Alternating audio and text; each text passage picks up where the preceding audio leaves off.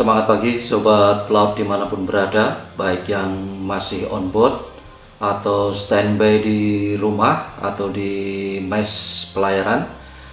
Selamat datang di Kang Fuse Channel, Blessed to be a Blessing. Kali ini kita akan membahas tentang pelaut dan dunia pelayaran. Tapi sebelumnya jangan lupa klik tombol subscribe, like, komen, dan share, serta aktifkan lonceng untuk mendapatkan sharing informasi kepelautan selanjutnya. Profesi sebagai pelaut masih menjadi pilihan favorit bagi sebagian besar masyarakat Indonesia. Hal ini terbukti setiap tahun ajaran baru, ribuan orang akan bersaing untuk mengikuti seleksi penerimaan taruna atau siswa di sekolah-sekolah pelayaran maupun lembaga-lembaga diklat pelayaran atau balai latihan kerja untuk kapal pesiar. Pasti hal ini ada alasannya kenapa bisa demikian. Pertama, peluang kerja di dunia pelayaran masih terbuka lebar. Hal ini disebabkan oleh karena arus distribusi logistik dunia masih tergantung pada kapal sebagai alat angkutnya. Dan kebutuhan rekreasi masyarakat dunia secara eksklusif diakomodasi oleh kapal-kapal pesiar yang mewah dengan ratusan awak kapal di atasnya. Kemudian alasan yang kedua, gaji yang menjanjikan. Upah atau gaji pelaut yang besar menjadi daya tarik tersendiri karena pada segmen pelaut tertentu gaji pelaut bisa mencapai puluhan bahkan ratusan juta per bulannya. Meskipun ada juga pelaut yang digaji di bawah UMR bagi hasil atau bahkan ada yang terjebak pada human trafficking sehingga mereka diperkerjakan di atas kapal tidak sesuai dengan aturan ketenagakerjaan pelaut secara internasional yaitu MLC atau Marine Labour Convention, serta tidak dipenuhi hak-haknya seperti yang banyak diliput oleh berbagai media akhir-akhir ini.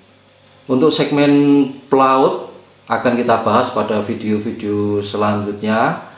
Jangan lupa subscribe channel ini dan nyalakan loncengnya untuk mendapatkan informasi kepelautan lainnya agar nggak salah pilih sebelum menentukan pilihan menjadi pelaut yang bagaimana atau seperti apa.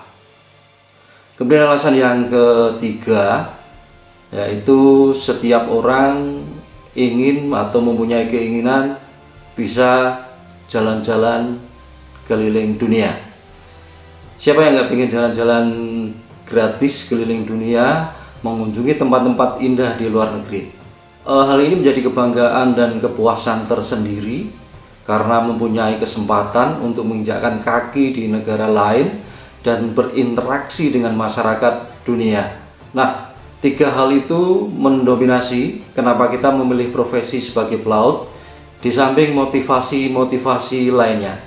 Dan sebelum kita bahas lebih lanjut, ada baiknya kita sharing terlebih dahulu apa itu pelaut dan dunia pelayar.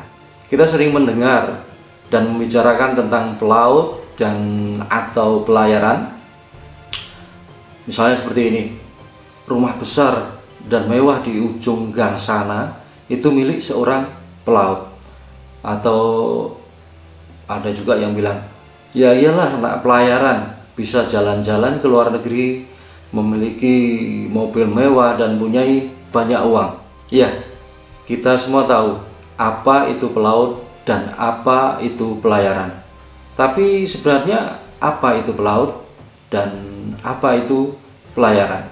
Definisi pelayaran secara lebih rinci diatur dalam Undang-Undang Nomor 17 Tahun 2008 tentang pelayaran. Pelayaran dalam undang-undang tersebut dideskripsikan adalah satu kesatuan sistem yang terdiri atas angkutan di perairan, kemudian ke pelabuhan, keselamatan dan keamanan, serta perlindungan di lingkungan maritim. Sedangkan definisi pelaut itu lebih luas kita sebut kepelautan yang diatur dalam Peraturan Presiden Nomor 7 Tahun 2000. Disebutkan bahwa definisi pelaut adalah Setiap orang yang mempunyai kualifikasi keahlian dan atau keterampilan sebagai awak kapal. Sedangkan definisi awak kapal itu sendiri adalah orang yang bekerja atau dipekerjakan di atas kapal oleh perusahaan untuk melakukan tugas di atas kapal sesuai dengan jabatan yang tercantum dalam buku sijil dan atau perjanjian kerja laut. Mempunyai kualifikasi keahlian dan atau keterampilan sebagai awak kapal, kualifikasi ini harus dibuktikan dengan sertifikat yang bisa diperoleh melalui pendidikan dan pelatihan di lembaga diklat yang sudah di-approve oleh Kementerian Perhubungan. Jadi untuk bisa menjadi seorang pelaut dan bekerja di atas kapal, secara umum harus memiliki beberapa sertifikat keterampilan dan sertifikat keahlian untuk menduduki suatu jabatan tertentu di atas kapal. Ada dua jenis sertifikat keterampilan. Yang pertama adalah sertifikat keterampilan dasar atau sering kita sebut BST, Basic Safety Training. Kemudian yang kedua ada sertifikat keterampilan khusus, ada sekitar 20-an sertifikat yang harus dimiliki sesuai jabatan dan atau jenis kapal. Misalnya ada diklat AFF, ada diklat SCRB, MC, MEVA, SAT, CMT, CMHBT, Rating, Apple, ERM, BRM, ARPA, Radar, dan masih banyak lagi. Sedangkan sertifikat keahlian ada 3 jenis, yaitu yang pertama sertifikat keahlian pelaut nautika atau bagian dek. Kemudian yang kedua ada sertifikat keahlian pelaut teknik permesinan atau bagian mesin. Kemudian sertifikat keahlian pelaut radio elektronika atau bagian radio.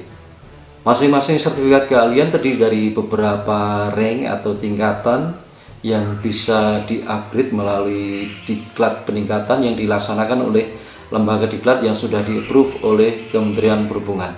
Selain sertifikat kepelautan seperti yang sudah saya sebutkan tadi, masih ada persyaratan lain yang harus dipenuhi, yaitu dokumen pelaut, ada Seaman Book atau buku pelaut, kemudian satu lagi Seafarer Identity Document atau kartu identitas pelaut yang bisa diperoleh di UPT Direktorat Jenderal Perhubungan Laut yang tersebar di seluruh Indonesia.